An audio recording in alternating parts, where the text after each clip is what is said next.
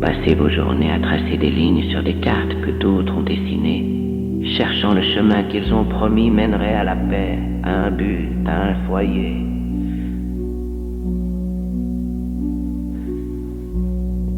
Vous regardez toujours à l'extérieur de vous-même, les écrans lumineux, les voies d'autorité, les sillons usés de l'attente. Vous suivez le tumulte, les dictats,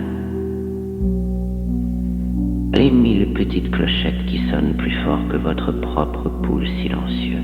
Mais, et si je vous disais que la vraie carte n'était pas écrite sur parchemin, ni chuchotée par des prophètes, ni trouvée dans la lumière aveuglante du dogme externe, et si elle se trouvait, complexe et lumineuse, sous la surface même de votre peau, enroulée dans les anciennes chambres de votre être.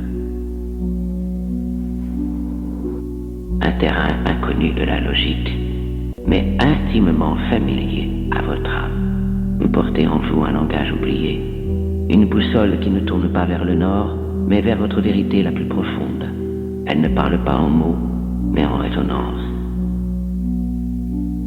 En impulsion silencieuse, dans le subtil glissement de votre esprit vers ce qui s'aligne, et loin de ce qui diminue, c'est l'écho d'une origine oubliée. Un savoir qui précède la pensée, un souvenir d'une immensité que vous fûtes autrefois.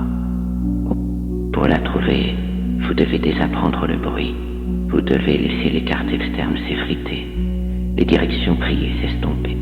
Tournez-vous vers l'intérieur, dans l'obscurité sacrée, dans le bourdonnement silencieux qui persiste sous le flux du sang et du souffle. Écoutez l'attraction.